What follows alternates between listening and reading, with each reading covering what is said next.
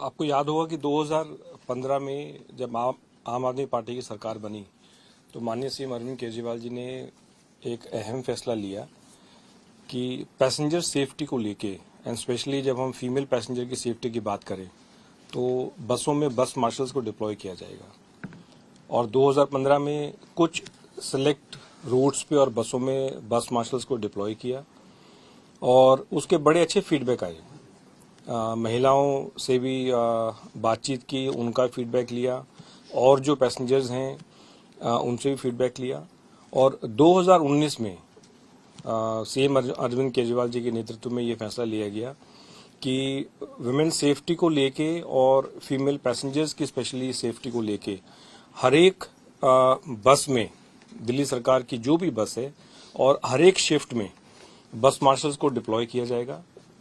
और मेरे ख्याल से दुनिया में ऐसा पहली बार हुआ कि इतनी बड़ी संख्या में किसी भी सरकार ने किसी भी स्टेट में हर एक बस में हर एक शिफ्ट में बस मार्शल्स को डिप्लॉय किया गया और उसके बहुत अच्छे फीडबैक आए, बहुत अच्छे परिणाम सामने आए।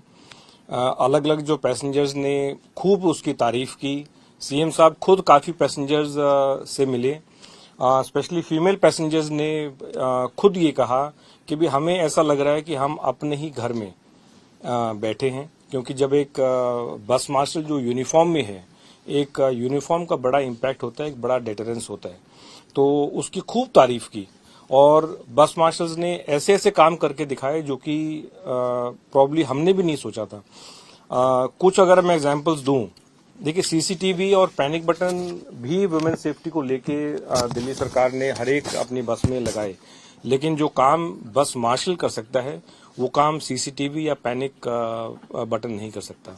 सीसीटीवी का तो पोस्ट अगर इंसिडेंट अगर उसको इन्वेस्टिगेट करना है तो उसमें मदद कर सकता है, क्योंकि वो उसमें जो भी एक्टिविटी है, जो भी इंसिडेंट है वो कैप्चर हो सकता है। आपको याद होगा कि अरुण कुमार हमारे एक बस मार्शल थे और 20 नवंबर 2019 में उसने एक 4 साल की बच्ची को किडनैप होने से बचाया, क्योंकि उसको लगा कि वो बच्ची लगातार रो रही थी, तो अगर वो पेरेंट के साथ में है तो बच्ची उस प्रकार से ना तो घबराएगी और ना वो रोएगी। उसका वो बिहेवियर देख के उस बस मार्शल ने बहुत समझदारी के साथ, बहुत सूझबूझ के साथ अरुण कुमार जो हमारे बस मार्शल थे उन्होंने उस बच्ची को बचाया किडनैप होने से, पुलिस को उसको हैंडओवर किया। सिमिलरली 2019 में ही एक हमारे बस मार्शल थे मनीष कुमार, उसने मॉर्निंग शिफ्ट में एक नोटिस किया कि पैसेंजर जो है उसने टिकट नहीं लिया और उसका जो बिहेवियर है वो बड़ा सस्पिशियस था। उसने उस बस मार्शल ने उस पैसेंजर को जब पूछा और टोका और उसके जब बैग की तलाशी ली तो उसमें 4 एटीएम स्वाइप मशीन्स मिली और लगभग 5 मोबाइल फोन वो मिले। उसको भी पुलिस को हैंडओवर किया। सिमिलरली हमारे एक बस मार्शल थे संतोष, उसने रेड हैंडेड एक चोर को पकड़ा, मोबाइल फोन जो है चोरी करके वो भाग रहे थे। और उसी प्रकार से लगातार इसी प्रकार से 2019 से लेके अब तक बस मार्शल्स ने लगातार बहुत अच्छा काम किया और हर जगह से उनको अप्रिशिएट किया। इनफैक्ट सीएम साहब खुद जब बस मार्शल ने अच्छा काम किया तो उस बस मार्शल के साथ प्रेस कॉन्फ्रेंस करके उनका हौसला अफजाई की। और अभी बिल्कुल रिसेंट इंसिडेंट 2023 का है, मार्शल संदीप चिकारा जिसने एक जो फीमेल पैसेंजर को कुछ जो तंग कर रहे थे उसको पकड़ा। तो ये कुछ इंसिडेंट्स आपके सामने मैंने रखे हैं। तमाम बहुत सारे इंसिडेंट्स ऐसे हैं जो उन्होंने बेहतरीन काम किया है बस मार्शल्स ने।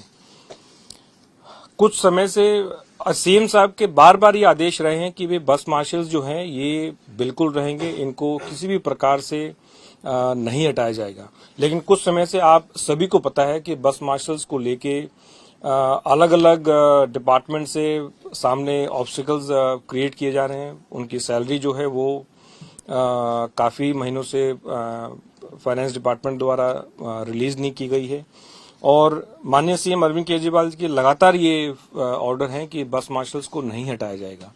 मैंने भी जितनी बार भी मेरे सामने ये विषय आया बस मार्शल्स का, मैंने बार बार ये फाइल पे कमिश्नर ट्रांसपोर्ट को ये आदेश दिए हैं कि बस मार्शल्स जो हैं ये बहुत इम्पोर्टेंट पॉलिसी और स्कीम है, क्योंकि इसमें वुमेन सेफ्टी का जो सेंसिटिव इशू है ये जुड़ा हुआ है। और रेवेन्यू डिपार्टमेंट की तरफ से ये ऑब्जेक्शन आया कि जो सिविल डिफेंस वॉलंटियर्स हैं जो बस मार्शल की तरह काम कर रहे हैं, ये एक नॉन डिजास्टर काम है और सिविल डिफेंस वॉलंटियर्स सिर्फ डिजास्टर रिलेटेड एक्टिविटीज में इन्वॉल्व हो सकते हैं।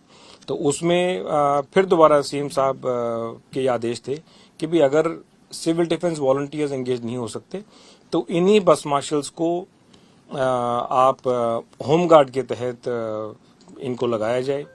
और यही प्रपोजल जो है एलजी साहब को भेजा गया। कल माननीय श्री अरविंद केजरीवाल जी ने एज मिनिस्टर होम मुझे ही आदेश दिए हैं कि जितने भी बस मार्शल्स हैं इन्हीं को एज होमगार्ड जो है वो डिप्लॉय किया जाए।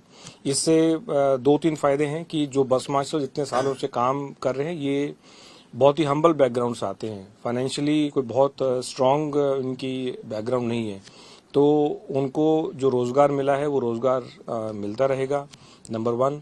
नंबर 2, चूंकि बस मार्शल्स के उस पर ये काम करते आ रहे हैं तो ये पूरा जो भी बस मार्शल्स की ड्यूटीज हैं, पैसेंजर्स को किस प्रकार से डिफिकल्टी फेस करनी पड़ती है, वो पूरा सिस्टम ये समझते हैं, किस प्रकार से कब रिएक्ट करना है वो ये समझते हैं। तो यही बस मार्शल्स जो हैं होमगार्ड की तरह अगर डिप्लॉय होंगे तो ट्रेंड जो मैन पावर है वो सरकार को मिलेगी, डिपार्टमेंट को मिलेगी और इनकी नौकरी भी जो है चलती रहेगी। तो ये आदेश जो सीएम साहब के हैं, I will be issuing directions to home secretary की उसी प्रकार से, ताकि जी इतनी भारी संख्या में जो बस मार्शल्स हैं ये काम करते रहें। क्योंकि एक चीज बिल्कुल क्लियर है कि दिल्ली सरकार, आम आदमी पार्टी की सरकार, माननीय श्री अरविंद केजरीवाल जी के नेतृत्व में हर एक बस मार्शल जो है जिन्होंने बेहतरीन काम किया है उनके साथ खड़ी है और पूरी कोशिश हमारी रहेगी कि यही बस मार्शल्स जो हैं होमगार्ड की तरह डिप्लॉय हों और जो पैसेंजर्स को इतना बढ़िया एक कंफर्टेबल एनवायरनमेंट बस में मिलता है उसी तरीके से काम करते हैं। देखिए ये बिल्कुल गलत है। आप जितने भी अगर सीक्वेंस वाइज देखेंगे तो सीएम साहब ने कहीं भी ये नहीं कहा कि जो बस मार्शल्स हैं उनको हटाया जाए, जो सिविल डिफेंस वॉलंटियर्स हैं उनको हटाया जाए, बल्कि जो नोट एलजी साहब को गया तो उसमें तो साफ साफ लिखा है तीन चीजें हमने कही। नंबर 1, बस मार्शल्स की जो पेंडिंग सैलरी है उसको तुरंत रिलीज किया जाए। अगर किसी भी डिपार्टमेंट को ये ऑब्जेक्शन है कि सिविल डिफेंस वॉलंटियर जो है वो नॉन डिजास्टर वर्क में एज अ बस मार्शल काम नहीं कर सकते तो फिर उसी संख्या में होम गार्ड्स को डिप्लॉय किया जाए।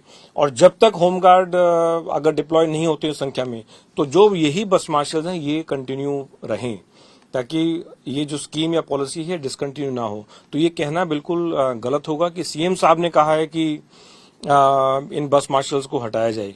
और ये भी सुझाव जो है सीएम साहब का है कि जो बस मार्शल्स हैं, क्योंकि ट्रेंड मैन पावर है और ट्रेंड मैन पावर मिलना बड़ा मुश्किल होता है, एज अ होमगार्ड इनको डिप्लॉय किया जाए और यही मेरे आदेश सेक्रेटरी होम को दिए जाएंगे।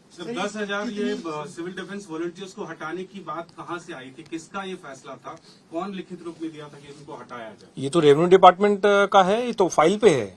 रेवेन्यू डिपार्टमेंट ने ये ऑब्जेक्शन कुछ टाइम से लेना स्टार्ट किया, क्योंकि कहीं ना कहीं मेरे ख्याल से इसके पीछे जो सोच है कि इतना बढ़िया काम जो दिल्ली सरकार में माननीय श्री अरविंद केजरीवाल जी द्वारा हो रहा है इसको कहीं ना कहीं रोका जाए, पैसेंजर्स को इनकन्वीनियंस हो।